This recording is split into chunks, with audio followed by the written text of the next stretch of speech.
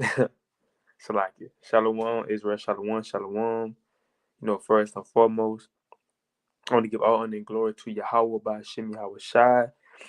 Um, and as you see by the title, we finna get into this thing through the spirit. Get into some hidden history. It's a lot of hidden history of our people that is not getting talked about. And it's so called it's sad because it's so called Black History Month, right? They gave us February, the shortest month with the shortest days, to talk about our history, but they don't really get into our history like that, man.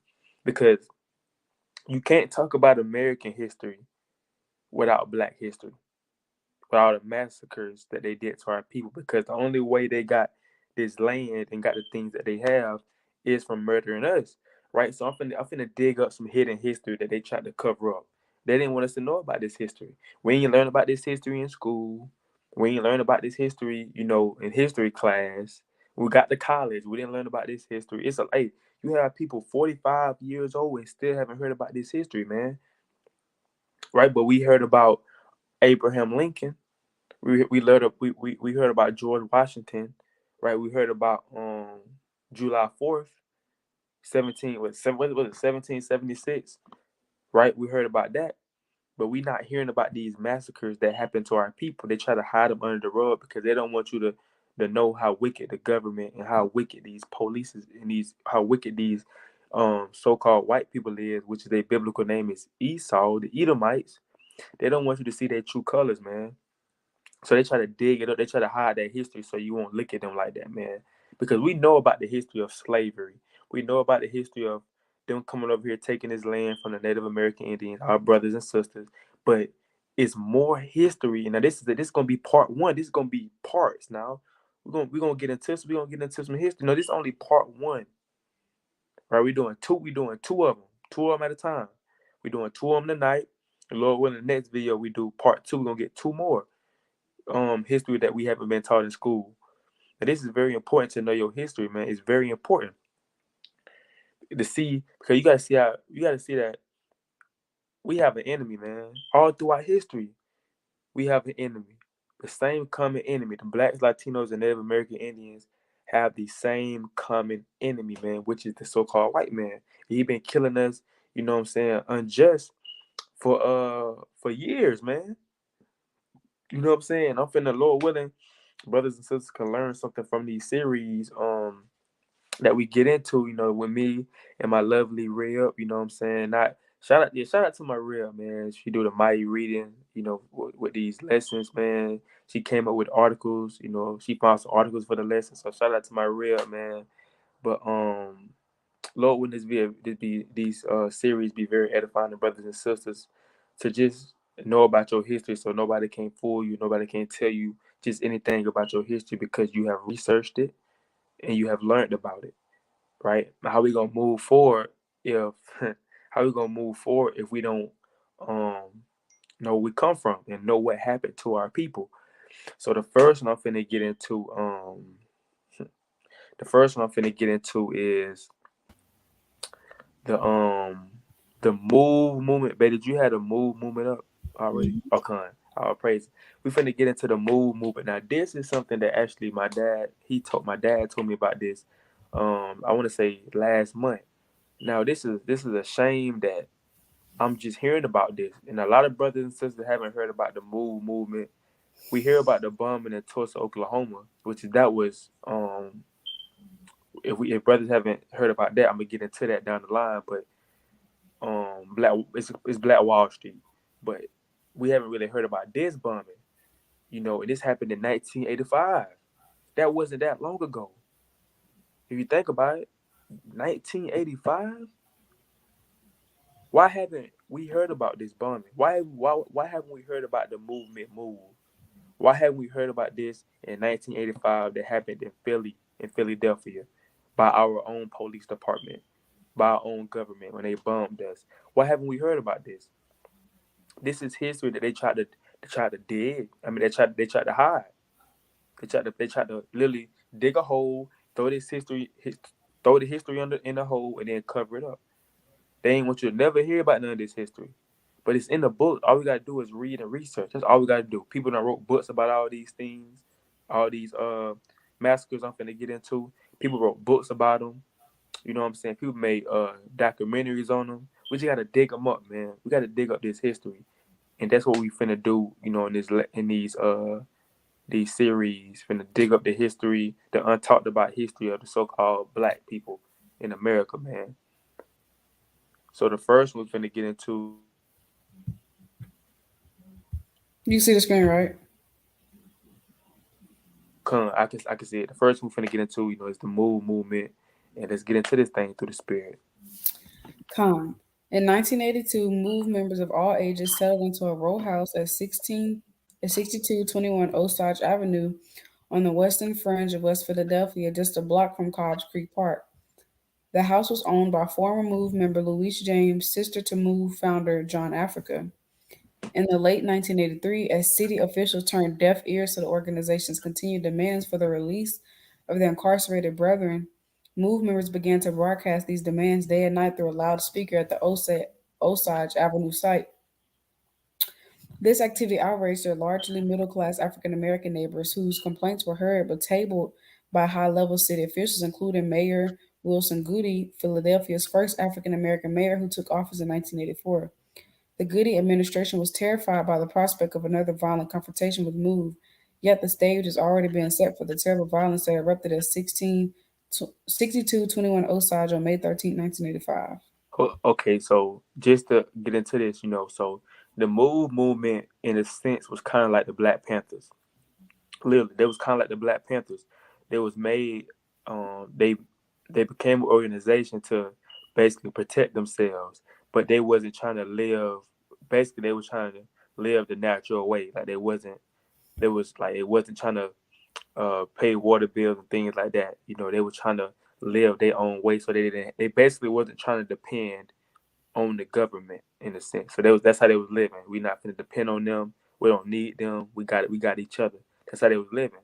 And one of their MOVE members, he went to jail. Now I'm not sure what he went to jail for, but I'm pretty sure it was something unjust for them to be broadcasting to free him. So it probably was something because they was already hating on the MOVE movement, and you had even some of our people in the neighborhoods. They was complaining. That showed that's all throughout history of you had you know, wicked Negroes, you know what I'm saying, always hating. They supposed to be saying free the brother. If he did something, if he's in jail for something that he didn't do, more than likely, you supposed to be helping your brothers and sisters. But you had them coons, that they gonna go to the government. They gonna go to the whatever, I forgot who it was, but they gonna basically write a letter to him and be like, hey, these people are causing disruption. They're loud. I can't sleep. Can do something about it. That's wicked Negroes for you. But we're finna get into this thing. MOVE started itself as a self defense organization, even as it mounted an aggressive campaign in the 6200 block of Osage to demand the release of the incarcerated MOVE 9. Ironically, members' actions, incessant profanity laced what that word say, shouted daily system, and threatening behaviors on the street had a direct impact only on MOVE neighbors or on or around the 6200 block. The last straw for MOVE neighbors was the erection of a fortified heavy timber bunker on the roof of 6221 Osage with holes that were gun ports. On April 30th, 1985, the neighbors appealed to Governor Richard in a high profile news conference. We're here Hold to up, let man. the I want to say this real quick. And that's how you supposed to be, and that's how you should be riding for your brother. That's just like if the police take one of our brothers to prison, like our Israelite brother, we on the highways and byways, our brother that you truly labor with. Just say the police take him to jail. Now you gonna have brothers, you know what I'm saying? Especially if he went to jail for something that he didn't do or for something he was accused of. Brother, of course, brothers gonna be like, "Hey, free him." You know what I'm saying? Brothers gonna be, you know what I'm saying, do whatever they gotta do, and do anything they gotta do to get that brother free. And that's the same thing the Move movement was doing. They was riding for their brother. Hey, free my brother. He didn't do nothing wrong. Free him. That's all they was doing, right? But you had a lot of our people, trying to get them to stop doing that. try to get them to stop doing that. And that kind of was a result of, the bombing as well of our people. But you got it. We are here to let the governor know about the disquietude and general state of terror we are forced to live under by the MOVE organization. We want the governor to know that regardless of whatever may have happened in the past, today MOVE is a clear and present danger to the health and safety of our entire block. We also want the governor to know that we have been to our elected representatives in the city and state government, but to date nothing of any consequence has been done. We are now asking Governor Thornborn to step in and deal with the situation. Yeah, so that was a letter that our people wrote to the government, basically. Governor Thornburg, Edomite, more likely. Governor Thornburg, they basically wrote something to him, basically saying, "Hey, these people are dangerous." Because our people, they probably was like they was on top of the roof, saying, "Hey, free my brother, man." They probably were doing stuff like that to the point where people was like, "Oh, these people are a threat." They just like how they look at us on the highways and byways when we out there saying America's gonna be destroyed. A lot of our people look at us like a threat. Like, man, these people crazy, man. But you gotta get these people out of here. They crazy. Kick them out the park. They ain't supposed to be here. They crazy. That might cause disruption. That's the same way. That's the same way that they look at us. And my real made a good point. She said when she texted me, she was like, "They coons, man. You know what I'm saying? They coons. They sold their own people out. This how you know we the Israelites. Same thing happened in first Maccabees and second Maccabees. You know what I'm saying? They sold their people out. The movement was a movement for protection, the same way as the Black Panthers. They wasn't a movement to cause disruption. They became a movement to protect their neighborhoods and protect one another. They was like basically like it was like a brotherhood, basically. You know what I'm saying? You was part of Move, you was part of the brotherhood. Like, I mean, it was sisters in it too. And they wore I can't remember why they wore their locks, but all of them had locks, if I ain't mistaken. They all grew their hair out because they was living natural. If you know those so-called spiritual people, that's kind of like how they was in a sense. Kind of like how those people that say they spiritual, they connect with with nature. They don't really they grow their own food, right? They don't want to depend on the so-called white man for nothing. They want to do things a natural way, and that could be a reason too why they had also pressed towards them to try to stop Move because they was doing things natural. Like they stopped their kids from going to school, right? They was teaching their kids. They stopped them from going to school. They wasn't going to grocery stores and things like that. So it's like that's a threat to the government because, huh? I'm breaking up. You broke up. You, I'm still breaking up. yeah, I didn't hear no you said though. What part you didn't hear? The last thing I heard was you never know. I was saying you never know. Did you hear what I was saying about they do things a natural way? Like they wasn't they was basically Mm-hmm. t- they wasn't sending their kids to school. You heard that Con, part? something like that. Cause Yeah. I was like, you never know. That could have been a hit out for them. There was a target. They became a target because they wasn't dependent on the government, and the government feared that because they probably think, okay, who else can they persuade not to depend on them? Who else they could Mm-hmm. persuade not to take their kids to school? So I believe that the movement more likely probably became, and who's to say? We never know. What if our people never wrote a letter to them, but they used that as an excuse just to come in their neighborhood? Because when you keep reading on, the Edomite tonight he got warrants for 3 of them. How you get warrants? Like how you get a warrant for 3 of the movements out of nowhere like that? You know what I'm saying? So that probably was that letter right there that he said that our people wrote from the neighborhoods probably was an excuse for him to come in there and kill the movement because they want to knock him off. And Esau did that throughout history. He always did that throughout history. He used our own people against us or he lied, to kill us. And this could have been one of those things where, he said that he basically lied to be able to come in our neighborhood, and he had a reason because he couldn't be like, you had people complaining, so I had to come in here and stop it. But Esau a liar. He probably just used that as an excuse. to come in the neighborhood to kill them, man. So they wouldn't persuade no other brothers and sisters to do what they do because he feared numbers, man. Esau feared numbers, just like with the Black. It's the same thing with the Black Panthers. Esau feared numbers, right? The Black Panthers started increasing. And they wasn't even killing nobody. Like they were just protecting their neighborhood, protecting their people. But Esau feared that. He didn't want that. He didn't want them to grow in numbers. The same thing with the move movement. He didn't want them to. He didn't want them to increase in numbers, man. Right? Because they was making a change. They were making a stand. Right? They wasn't going out like no. They wasn't going out like the rest of our people. They were like, man, we got to make a stand. And that was in the 80s too. I mean, that was in the 1980s. Yeah, crack was on the streets. You know what I'm saying? So our people was already destroyed. So they was, making a stand, but Esau had to come in and do his thing like he always do, rape, robbing, destroy. But you got it. Finally, spurred by the appeal to the governor, Mayor Good requested a technical plan for removing the occupants of 6221 Osage. The city's district attorney, Ed Rendell, a future Philadelphia mayor and Pennsylvania governor, activated outstanding arrest warrants for 4 adults in the house, and the police had a court order to remove the children See that? who were illegally kept from attending school. This part of the plan called for taking the children into custody during their daily outing in Cobbs Creek Park. What the plan didn't call for was the intercession of local mediators who knew moved the neighborhood and the situation on the 6200 block. So how did he get warrants for them like that?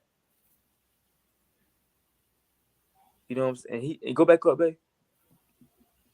Scroll back up a little bit. It said that he came up with a plan. He can't see. That goes back to that Psalms 83. They always come up with plans. You know what I'm saying? Esau always coming up with plans. Yeah, they can get warrants. You know what I'm saying? It's Esau. He can come up with fake warrants. Y'all know like on what's that movie? Yeah, it just slipped my mind. How that Training Day when Denzel Washington had that fake warrant, he gave that woman that fake warrant just to go in there and search her house. Hey, them police really be doing that, man. Especially Esau. He'll give you a fake warrant, or he'll say he got a warrant for your arrest just to go in there and see what you got in your house. He might not even have a warrant. They can just put a warrant on you. That's the same thing that they did with the move movement. Put a warrant on them, man. And it said, well, you can keep going. I ain't gonna spoil it, but you can keep going. This history that's not talked about. Late on the night of May 12, Mother's Day, police evacuated the block and the houses on surrounding streets. Most of the 500 police officers on the scene. 500? They had 500, and I think it wasn't the move movement was not as big as the Black Panther movement. Cause I think, if I ain't mistaken, 15 or 16 people died. So it had to be like No, 11. 11. 11 people died. Mm-hmm. 11 people died. They had 500 polices, and it wasn't that many people in that house to have 500 polices. You know how much 500 polices it is? You know how much that is in the neighborhood? They brought 500 police. That's how much they fear us, man. They had to bring 500. They probably had SWAT out there. They brought 500 police, man, for the move movement that didn't kill nobody. That didn't kill not a soul, but that was just broadcasting to free their brother. That's the only thing they was doing. What did they do, you know what I'm saying, for you to bring 500 police? But you got it. It was only 13 of them in the house. 2 survivors. So 500 police officers versus 13 people. Madness. Most of the 500 officers on the scene took vantage points in nearby houses that afforded views to the front of 6221 Osage. A tactical team guarded the rear alleyway, which Move had barricaded at its property lines, and 2 teams were positioned to lay siege to 6221 through the walls of adjacent row houses. At 6 a.m. the following morning, police commissioner yelled through a bullhorn, "Attention, Move. This is America. You have to abide by the laws of the United States." After reading the arrest warrant, he announced, "We do not wish to harm anyone. All occupants have 15 minutes to peacefully evacuate the premises and surrender. This is your only notice. The 15 minutes starts now." Hold up, base like it. He said, "This is America." What? He said, "Move, attention, move." You can imagine Esau. You can imagine Esau saying this. He basically said that like so-called black people is not part of America, that they wasn't a part of America. He said, "Move, this is America." What? What you mean it's America? We know it's America. Now, why did he say this is America? Because they don't even count us as being Americans. To be honest, they don't even count us as being a whole man. I think we like what we is 2/5 or 3/5 of a man. Mhm. They don't even count us as being a whole man, so they definitely don't count us as being Americans, cause it's their country. That was a powerful statement. That's why he said it. That's exactly why he said this is America. He basically saying this. Hey, this is the white man's country, nigger. This is my man. Y'all gonna listen to me. You in America. You ain't in Africa. You ain't over there in Africa. You in America. You see how powerful that is, man. They came they didn't come to arrest them. Their mindset was to kill them, man. The movement may have known something that they wasn't supposed to know. They probably had something on them that they had to kill them. You never know, man. But they came. They might say they wanted them to surrender, but you gonna see how they just let the place burn. You had the fire department there, and they just watching the fire burn. They didn't even try to put it out. So they came to that neighborhood for blood. They weren't gonna leave without blood. But you got it.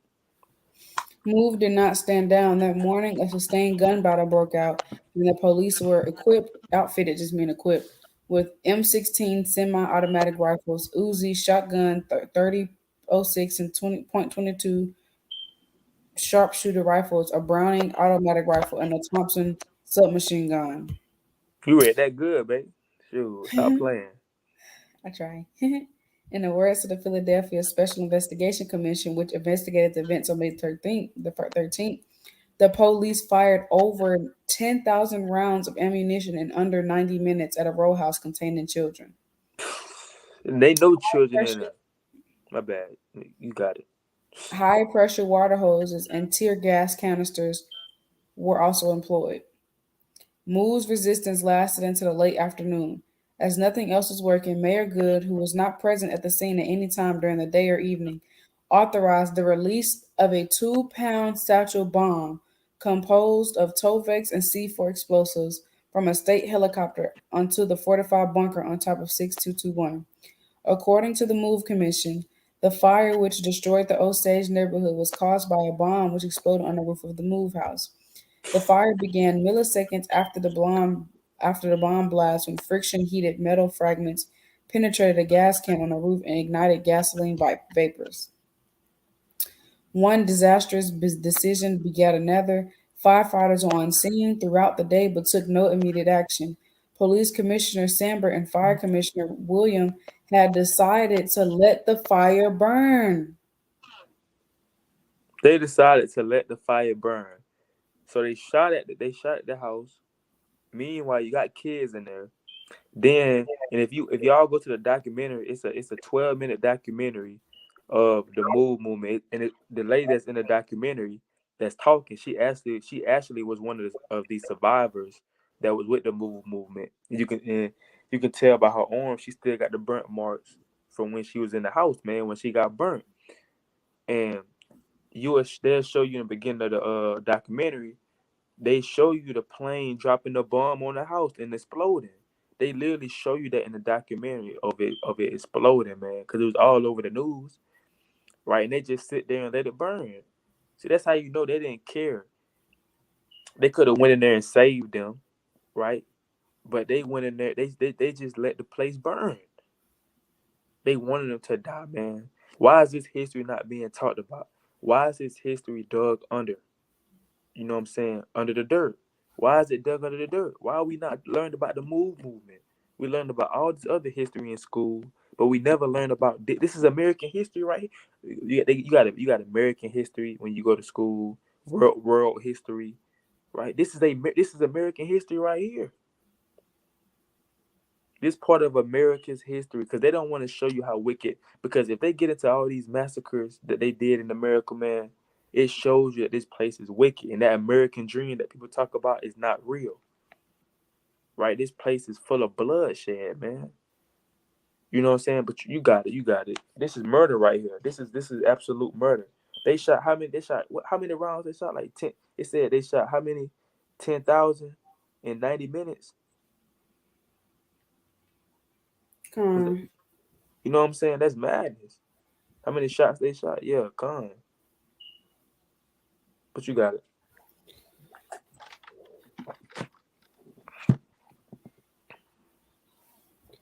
One disastrous decision begat another. Firefighters were on scene throughout the day. So, like, I'm gonna start back over here. Police Commissioner Sambert and Fire Commissioner William had decided to let the fire burn as a tactical weapon to force the occupants from the house. Unfortunately, their communications were badly garbled, and the fire burned for more than an hour before the firefighters turned on their hoses. By this time, 6:32, the fire was out of control. Conventional firefighting failed, and by dawn the next morning, the 6200 block of Osage is obliterated. I think I said that right. Yeah. 61 houses lay in smoldering ruins, and 11 MOVE members, 6 adults, and 5 children lay dead. So they basically not only did they hit the move, oh my wait. That could have been a plan for gentrification. They could have been they could have did it on purpose to move us out and build new houses up. Cause I wonder if that neighborhood still a so-called black. I really want to look that neighborhood up and see if it's still a so-called black neighborhood. I bet you it probably not. Cause they didn't just hit the movement house. It said 61 houses lay in smoldering. I said that right, smoldering ruins. So they hit 61 houses. So that was more than just. I feel like they came. I feel like they came for more than just the movement, man. That wasn't their main target. I bet you that neighborhood is not uh fully black anymore. I'm really gonna look at. You can keep reading. I bet you it ain't. It might be, but I don't. Probably not. You can keep reading though. Among the dead was John, who had not been seen 1978 shootout in Powell, and who had lived in the house found only 2 pistols, 2 shotguns, and a 22 caliber rifle, hardly a match for the military style assault mounted by the police. Two MOVE members managed to escape: Ramona Africa, an adult, and Birdie Africa, age 13, both of whom were badly burned. Whether the MOVE members who remained in the house were pinned down by gunfire and unable to get out remains an open question. And that's it. Man. So that's part of the movement. For brothers and sisters that didn't know about it, man. That was from our government, man. They bombed. Where they killed 11 people. Um, and they didn't do nothing. They didn't. They ain't start nothing. They came strictly for war. And yeah, our brothers and sisters. Yeah, and they arrested the sister, man. As soon as she got the fire. As soon as she got the fire, they arrested her. She served. My real said she served 7 years. She served 7 years, but no police was charged. No police was charged. None. But the movement, you had brothers had to. I mean, sister had to serve 7 years for what? I wonder what was her like. What was her charge? But our advised brothers and sisters, it's a documentary on this. It's 12. I think it's 12 minutes. Is it 12 minutes, babe? That documentary on 12 YouTube. minutes and 29 seconds. It's on Vice. It's on Vice. We ain't gonna I'll play it because pull we it. ain't trying to get con. I ain't We gonna ain't gonna play it. I'm play just. it because we ain't trying to get copyrighted. But brothers and sisters, this is a mighty. It's called The Day. Head sinking. The day police dropped a bomb on Philadelphia, I was there. And it's going to the sister. I forgot her name. It slipped my mind. Ramona. Ramona. Ramona. Ramona. Right. Ramona. So she is the one that's talking. So she'll get more in depth with what she's seen, what she went through. So brothers and sisters definitely get into that, man. But this is a bombing that we were not taught about. I mean, that we was not taught in history class in school. We wasn't taught about this, man. And it's some good history to know. Why would you think they try to cover this up? Because that's what they doing. They covered up this history. For it to be 19, for this to happen in 1985, and we not hearing about this stuff, it's tell you something, man. They want to hide it because they don't want you to see their true colors.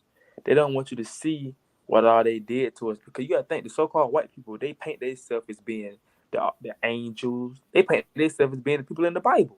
So they wanna give that image of them being all loving and caring and innocent. But if they would show us these massacres, if they teach us these massacres in history class, it will show their true colors, how they really is, and they also fear a revolution. They fear us getting so mad and coming together to destroy them. They fear that. So they're like, man, we can't let them know this stuff because they might get mad and start a revolution and get stronger. And that's what we're doing with the Israelites. But we know this is under the Most High God, so they're not gonna bring it down. So they damn either way though. But they fear, at that time of them hiding this and try to hide it under the rug, they fear that we're gonna come together and rise up and over them. And they fear that. So they try to hide this history, this wonderful history. It ain't wonderful, but it's some good stuff to know.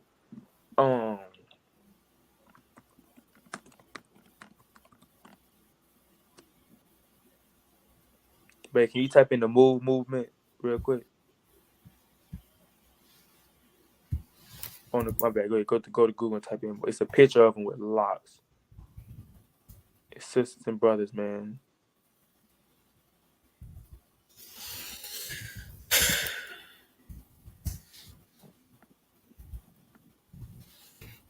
You could tell they weren't on no violent stuff, man. You don't really see no picture with them, with no guns like that. You know what I'm saying? You can tell they weren't no. You know what I'm saying? We on that. We finna go kill all the white. Nah, you can look at the pictures and tell they wasn't no movement. The Black Panther looked more terrifying than them. The Black Panthers, even though they weren't killing nobody, they still walking around with guns. They look more terrifying than the Move movement. It was like the Move movement was technically like an organization just probably to come together and be on the same type of time. Y'all agree on the same stuff. Boom, we can move together, man. We're gonna protect each other. We're gonna protect our women, right? The brothers, we gonna be strong, right? We ain't gonna let nobody come and treat us any type of way. They look like that's how they was, man. I know my brothers, bro. I can look at them and tell. They went on no crazy stuff. Just look at them.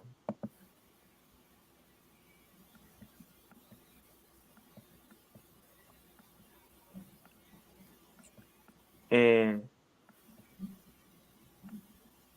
hold up. And the history out here, man, like the evidence of things like that is out here. We just gotta look into it. We gotta dig it up, cause they ain't gonna come out and show it to us.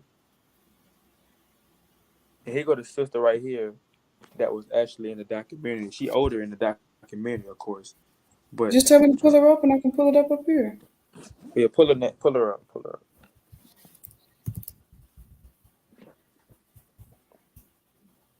Ramona, Africa. See, they thought they were Africans. They was on that. I'm telling you, Put a no, that burn was mark right there. yeah. That's her right there, her older self, and down there with the locks, that's her younger self. You know what I'm saying? She's still alive. If I ain't mistaken, she's still alive to this day. They probably was trying to live. They probably was trying to um live like they probably was trying to live like they was in Africa down here. Like I said, they wasn't dependent on the so-called white man. They were doing things naturally. They were drinking water from rivers. They was boiling the water. They was growing fruit. They wasn't going to these stores and depending on Esau because they changed their last names to Africa, so they probably was living like Africans, so-called Africans. You know what I'm saying? Rastafarians. You know what I'm saying? Doing things like that, growing their own weed and things like that. It wasn't dependent on Esau. And that's why Esau probably said, "Oh, these people are a threat, so we got to find a way to go up in there, and end them." Because with Esau, he always do that throughout history. We got to find a way to go in there and end them, stop what they doing. Because if you truly think about it, what people now we know our people complain, complain, but our people is not the type of people to write a letter to the government. If you think about it, like our people complain, our people would try to fight the movement before anything. Be like, bro, man, you making too much noise, bro. Go take your sleep, man.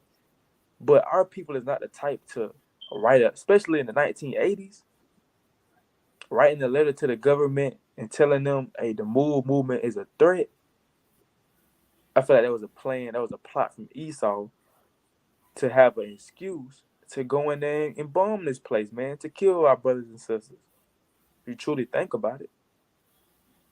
But either way, here or there, we know that this was a wicked act, and Esau definitely got to pay for this, definitely. So we finna get the next one, man. Through the spirit, just remember the movement, brothers. This is some history that you can bring up at camp. History that you can ask your teacher about. This is an actual event, and it happened in Philadelphia in 1985. I think my parents were like 3 years old, man. So they was alive. They was alive when this happened, man. We can't say, oh, it was long ago. It was in the 1880s. No, this was in 1985, bro.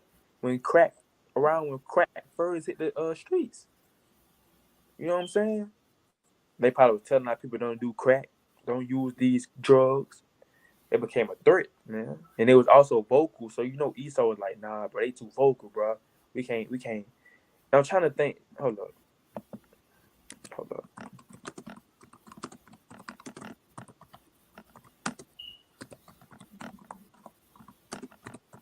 Let me see something.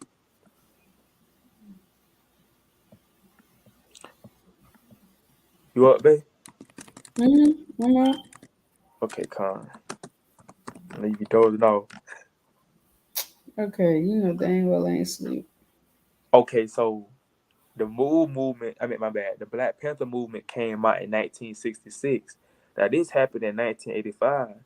So Esau probably was thinking when Esau seen how vocal they was, and he seen like 20 so-called black people coming together, he probably was like, we can't have another Black Panther movement, nah, because we gave them a run for their money.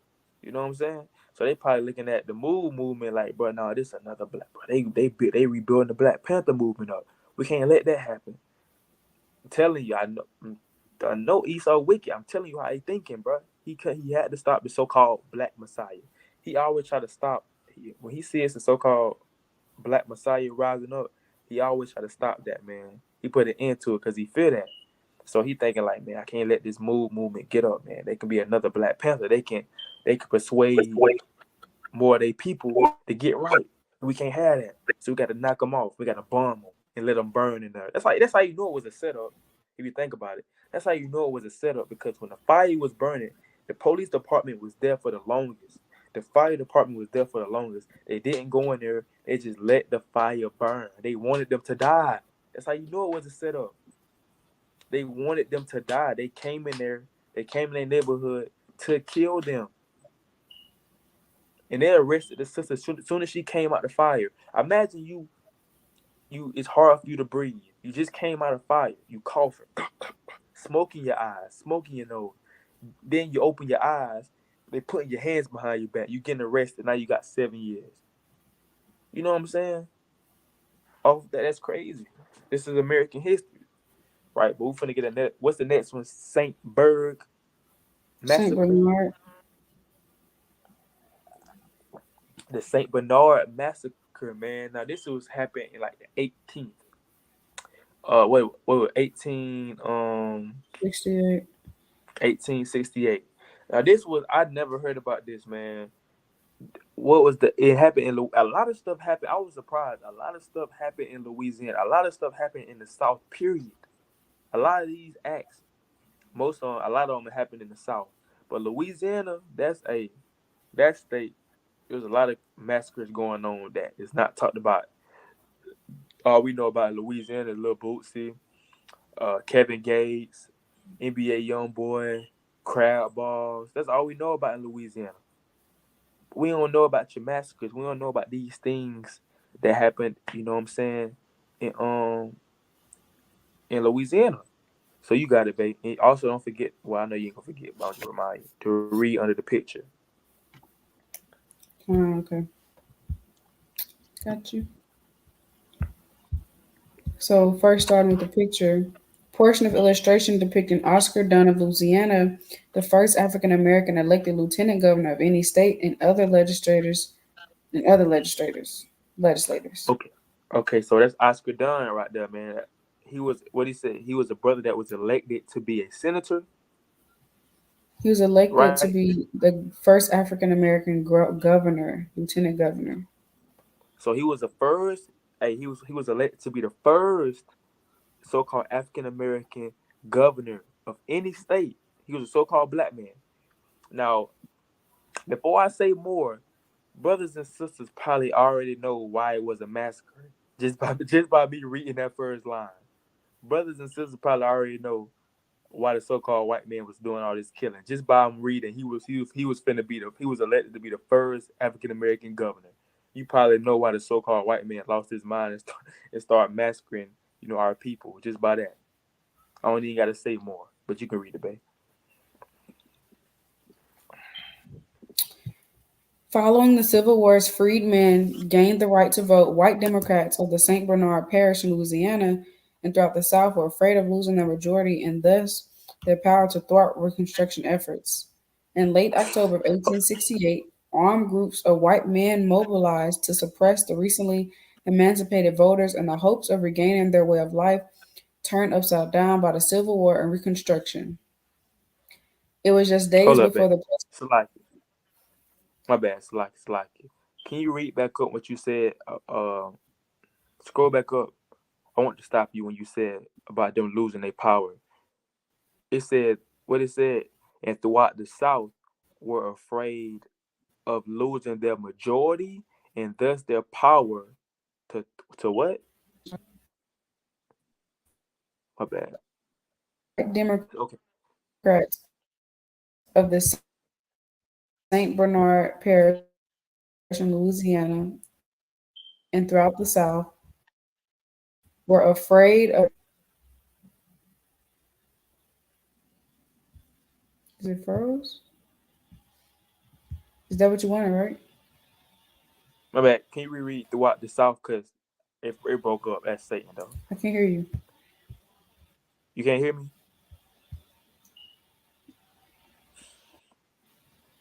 No, You now can't. I can. Yeah, it broke up. Can you reread after you said South? I can Cause hear that's you Satan. now. Can you reread after you said South, Baba Shah? Throughout the South. Throughout the South were afraid of losing their majority and thus their power to thwart Reconstruction efforts.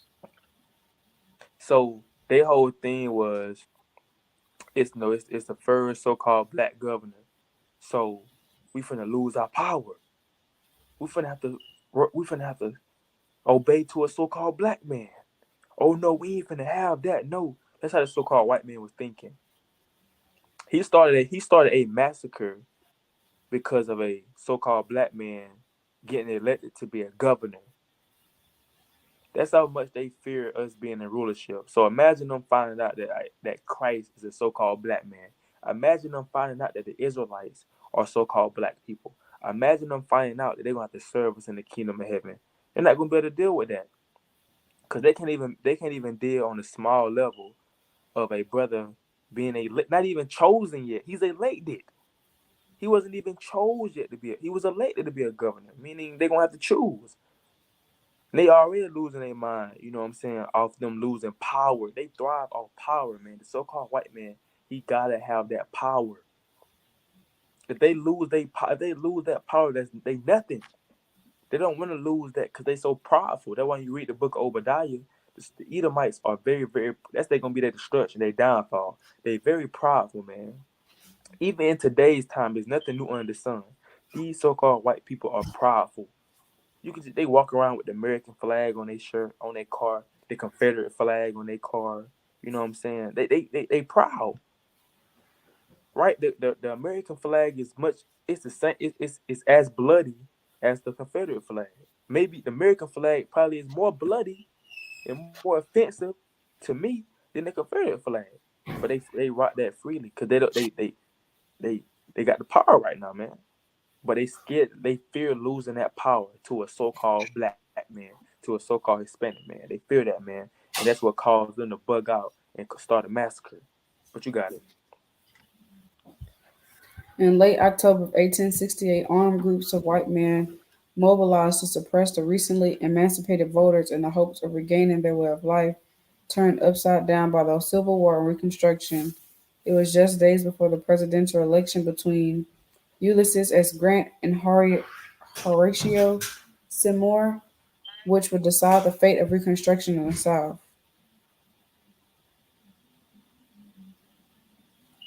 Keep going. Come on, you can keep going. Yeah.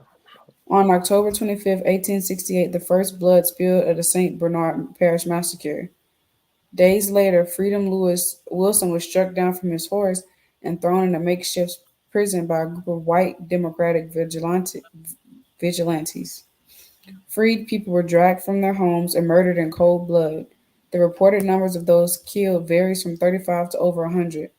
Many who escaped death did so by fleeing to the cane fields, where they hid for days. What is this? Over 60 freed people were arrested after atrocities while not a single perpetrator was questioned. While the gruesome nature of the tragedy was swept under the rug, the implications reverberated throughout the South for generations. Grant received only one vote. Mind you, this is the same brother that was elected. Actually, it's like, he's not. My bad. No. Ulysses S. Grant? Who is that? Hold on. That a brother?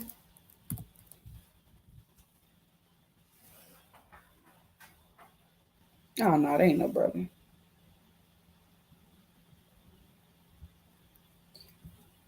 Days later, Freedom Lewis, like him.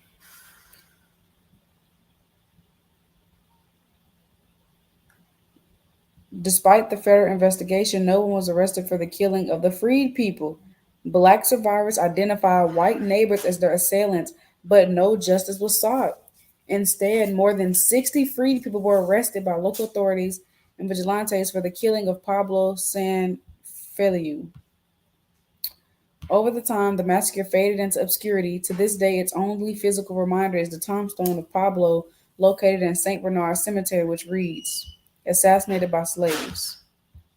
And I looked him up. I looked this part up. He was a white police officer, so-called white police officer. That's what it say. Wait, what happened? Let's see.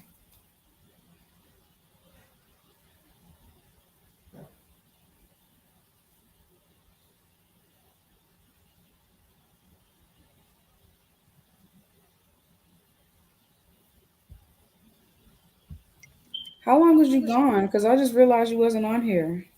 You can hear me? Yeah, how long was you gone? No, I wasn't going long. I was trying to talk. I don't know if you heard me. I was talking. I was trying to tell you hold on, babe, when you had said something about Grant. But I don't think you heard me because you kept going. So I don't think you heard me. But it's Satan though. So I Yeah, I just didn't hear you. I read all. I read it. I read it though. damn, you got all the way down there. Yeah.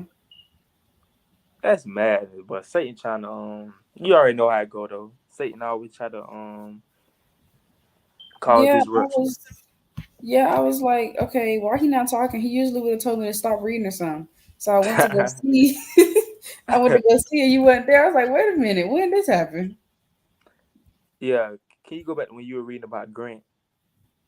Yeah, I probably looked them up. I think he a Spaniard. It says he's a white man. He's a white police officer. Yeah, he was a Spaniard type So white we man. get arrested for killing him, one person, but they kill more than 100 of us. Nobody get arrested. And what's cold about it, on his grave, well, I think it's gonna show you if you keep going down. It's crazy. Yeah, it said he was killed by slaves. Now, them men were free men that killed him, but they still looked at those men as slaves, man. And they made a grave burial for this Edomite, but they ain't make no grave burial for the free men that they. How many they killed? They told you 100, 35 to over 100. 35 to over 100 men. They don't make no grave about them. I mean, they don't make no grave burial for them, but for this white man that died, and they was literally taking free men and killing them. And I was saying, what's the brother name that go back up? The brother name that they killed first, that they threw off the horse. I think he didn't die. They shot him though, but he escaped into the fields. I read in Lewis another Wilson. article. Lewis Wilson. Lewis Wilson. Yeah, I think they shot him. I read in another article. I think they shot him, but he survived. They might have shot him with a shotgun.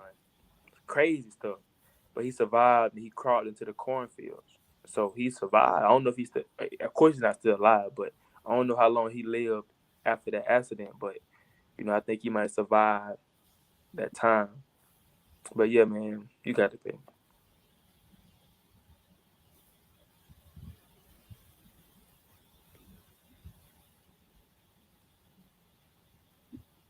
Um, it was just, you want me to start over back up here? No, you don't have to. You said to start where Ulysses Grant, it starts right here. I got it. In late October of 1868, armed groups of white men mobilized to suppress the recently emancipated voters in the hopes of regaining their way of life turned upside down by the Civil War and Reconstruction. It was just days before the presidential election between Ulysses S. Grant and Horatio Seymour, which would decide the fate of Reconstruction in the South. On October 25th, 1868, the first blood spilled at the St. Bernard Parish massacre. Days later, freedman Lewis Wilson was struck down from his horse and thrown in a makeshift prison by a group of white Democratic vigilantes. Freed people, they call us freed or slaves, that's crazy. It's Freed people madness. were dragged from their homes and murdered in cold blood. Freed people, though, like, what type of name? The What? reported Yeah, numbers The reported numbers of those killed varies from 35 to over 100. Many who escaped death did so by fleeing to the cane fields where they hid for days. Over 60 freed people were arrested after the atrocities, while not a single perpetrator was questioned. they said free people. That's throwing me, man. Mhm. That's free madness. That's madness. That's another byword. I'm gonna start saying that count. They call us free people. You know what I'm saying? That's madness. Was not a single perpetrator was questioned, but while the gruesome nature of the tragedy was swept under the rug. That's what I'm saying. We digging it back up, man, because this history was swept under the rug, right? Because when different generations come around, if you don't teach their history or teach this history, it's gonna be swept under the rug. It's gonna be buried because you're not teaching it. But that's why July 4th haven't been uh under the swept under the rug because we constantly do it every year. We constantly talk about it every year, so it's not gonna be dug under the rug. But history like this is not talked about every year, so that's why it was able to be dug under the rug. But we digging it back up. We bringing it back to life to show our people that this stuff actually happened, man. That these people are the wicked that the Bible talks about. But you got it. Over 60 freed people were arrested after the atrocities, while not a single perpetrator was questioned. While the gruesome nature of the tragedy was swept under the rug, the implications reverberated throughout the South for generations. Grant received only one vote in St. Bernard Parish as Seymour swept the state, as historian John C. Roderick puts it. Despite the federal investigation, no one was arrested for the killing of the freed people. Black survivors identified white neighbors as their assailants, but no justice was sought. Instead, more than 60 freed people were arrested by local authorities and vigilantes for the killing of Pablo Sanfilippo. Over time, this massacre faded into obscurity. To this day, Its only physical reminder is a tombstone of Pablo San Feliu located in St. Bernard Cemetery, which reads, assassinated by slaves. Assassinated. Like he was a type leader or something. Know what I'm saying? It still look at us. Even when even in today's time, we know we so called free, meaning we not on chains and things like that. But we know we still in slavery. They still look at you as a slave, man. That's the perfect example. These men were free. They wasn't in chains, man. Slavery had ended like 9 days before this.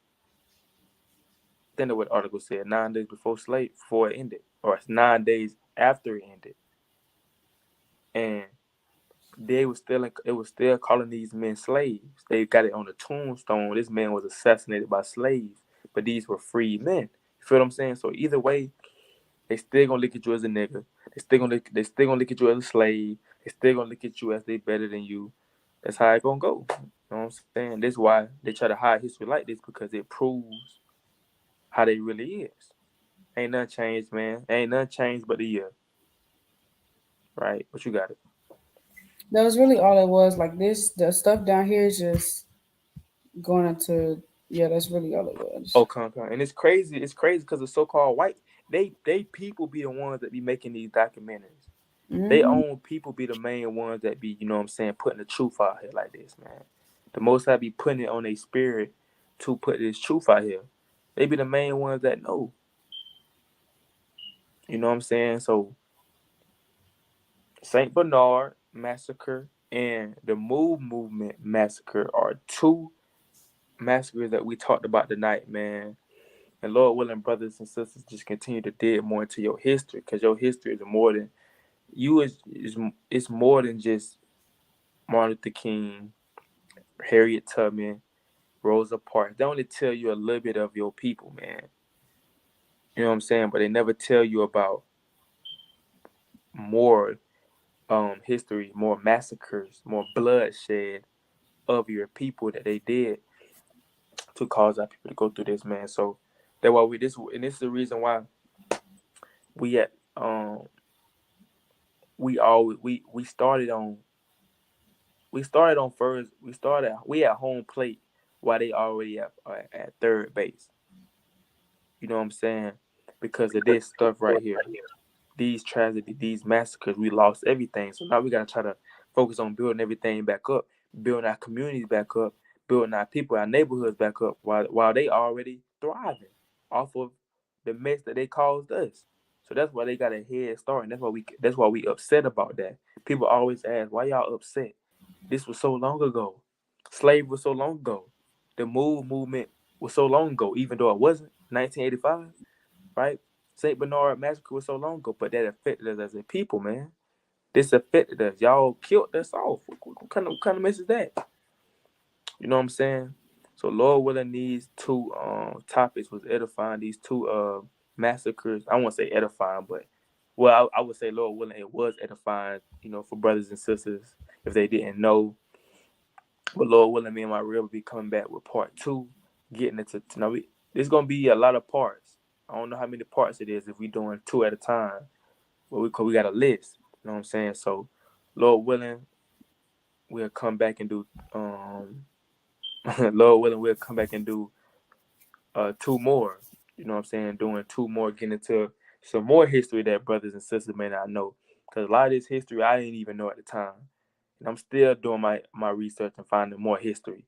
So there's a lot of history out here of our people that try to sweep under the rug, but the spirit and the power of Yahweh Shem Shai, we're bringing it back up to life. So with that, I want to give all honor and glory to Yahweh, Bahashem, Yahweh Shai. And until next time, Shalom, keep enduring, keep pressed towards that mark. Khan.